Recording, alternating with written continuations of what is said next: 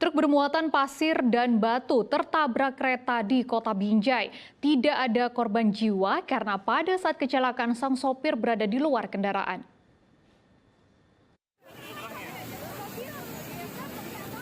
Apes memang nasib sopir truk yang membawa muatan pasir dan batu.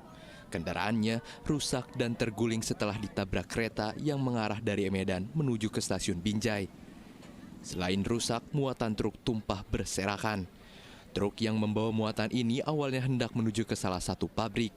Namun setibanya di perlintasan kereta, truk tidak mau berjalan meski sang sopir sudah menginjak pedal gasnya. Karena penasaran, sopir truk memeriksa kerusakan truk. Namun tidak lama kemudian kereta lewat dan menabrak truknya. Sopir selamat karena sempat menghindar. Tuh ya, ini mau buang Pak? Ya. Mau bongkar muatan ya? Tadi sampai di rel gimana Pak? Tiba-tiba mati atau gimana? Mesinnya? Andelnya lepas Pak, bukan mesinnya mati. Andelnya lepas? Iya, andelnya lepas. Jadi digas nggak mau lah dia. Nggak jalan ya? Iya, nggak jalan. Oh, nggak ada perlintasan palangnya atau kereta api mau lewat, nggak ada tahu Pak? Siapa? Ada yang jaga Pak, tapi nggak ada bilang kereta api mau lewat sesudah nongkrong rusak di situ. Waduh Pak, cepat sedikit Pak, kereta api mau lewat katanya. Betul ada muatan Pak ya? Iya. Bapak sempat lompat tadi? Siapa? Bapak sempat lompat gitu?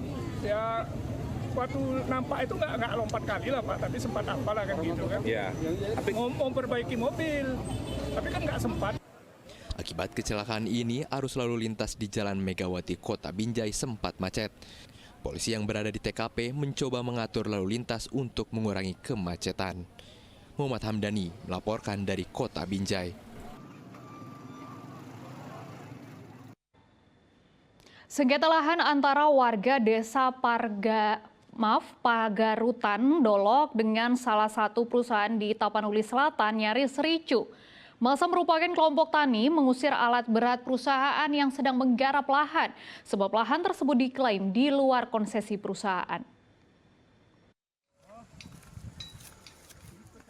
Puluhan warga yang mengatasnamakan kelompok tani memberhentikan 7 unit alat berat milik perusahaan PT Toba Pulp Lestari yang sedang menggarap lahan di Desa Pagarutan Dolok, Kecamatan Angkola Timur, Tapanuli Selatan. Mereka juga mengusir seluruh pekerjanya.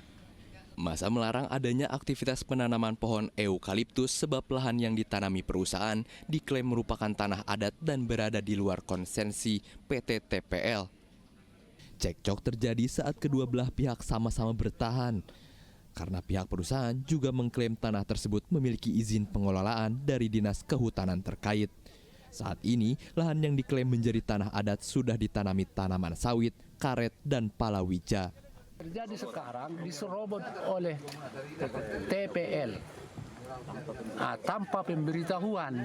Nah, sementara lahan kami ini sudah ada karet, ada pinang, terus sudah bertanam semua ini. Pokoknya udah ditanam semua, cuman namanya kan masyarakat ada yang mampu, ada yang nggak mampu. Harapan Bapak nih Pak, setelah apa nih Pak?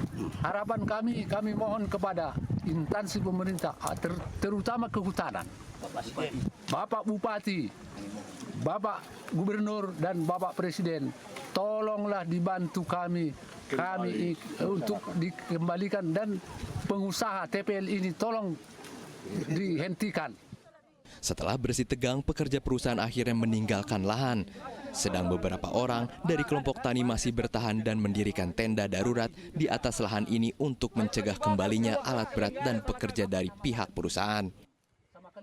Tuti Alawiyah Lubis melaporkan dari Tapanuli Selatan. 9 orang tersangka pencurian besi jembatan Lairenun Dairi pada Sabtu lalu ditangkap polisi. Seorang diantaranya masih berusia 15 tahun.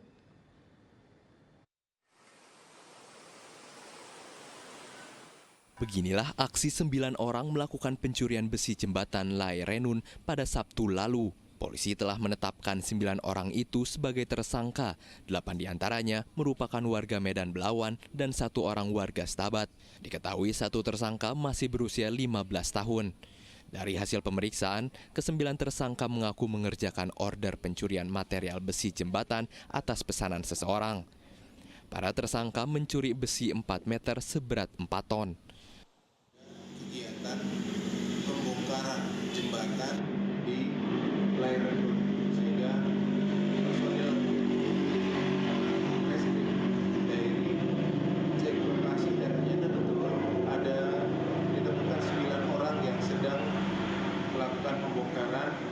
besi-besi jembatan yang ada di sana.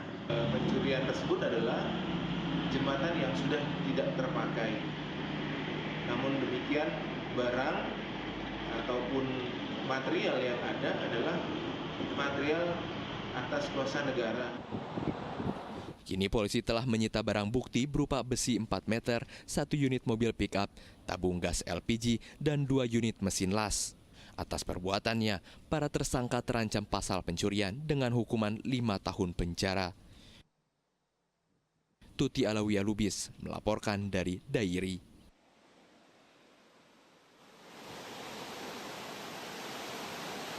Waspada, seorang pria terekam kamera pengawas mencuri sepeda motor di Masjid Taqwa Medan Sunggal pada hari Minggu lalu. Pelaku mencuri sepeda motor saat para jemaah masjid sedang sholat subuh.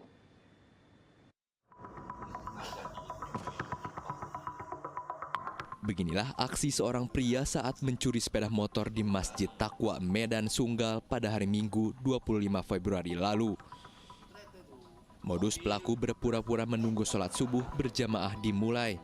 Melihat kondisi masjid sudah melaksanakan sholat berjamaah, pelaku dengan cepat membawa kabur sepeda motor. Beberapa jamaah yang menyadari berupaya mengejar, namun pelaku berhasil melarikan diri. Malingnya itu ketika kami datang ketika sholat subuh, itu di rakaat terakhir, di rakaat kedua udah dengar suara kereta di depan. Jadi jamaah yang belum sholat sebagian ada yang refleks lari gitu, ikut mengejar. Rupanya udah kabur? Iya udah kabur, tapi suara keretanya terdengar. Dari CCTV itu pelakunya ada berapa orang, Bang?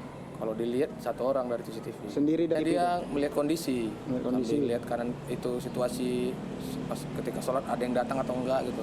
Soalnya kan ketika subuh kan pasti Jemaah Masjid Taqwa korban pencurian sengaja menyebarkan rekaman kamera pengawas agar menjadi pelajaran bagi para jemaah untuk selalu waspada.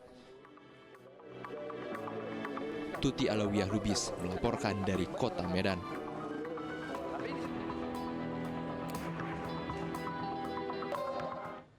Perkumpulan Marga Simbolon menggelar pesta syukuran di Kabupaten Samosir. Rangkaian acara tersebut diawali dengan ibadah dan dilanjutkan dengan manortor atau menari tortor.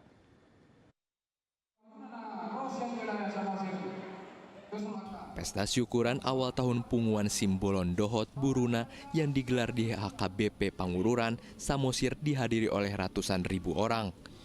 Mereka pun beribadah dan berdoa bersama yang dipimpin oleh Pastor Andi Simon. Setelah beribadah, acara syukuran dilanjutkan dengan menari tortor.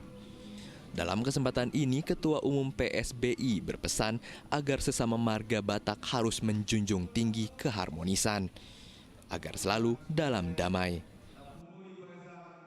Bona tahun itu kita perayaan syukuran awal tahun.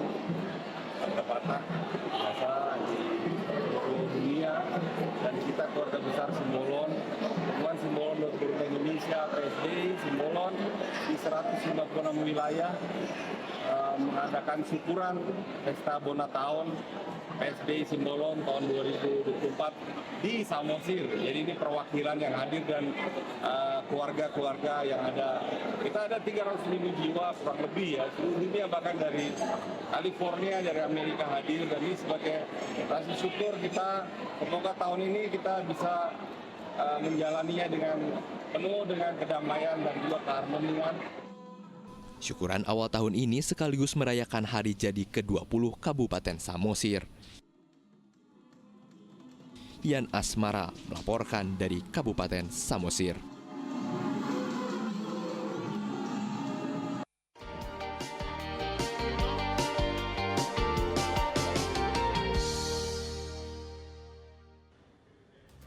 Laporan tadi mengakhiri berita Medan hari ini. Saya Fri Meriana berterima kasih atas kebersamaan Anda. Selamat beraktivitas dan sampai jumpa.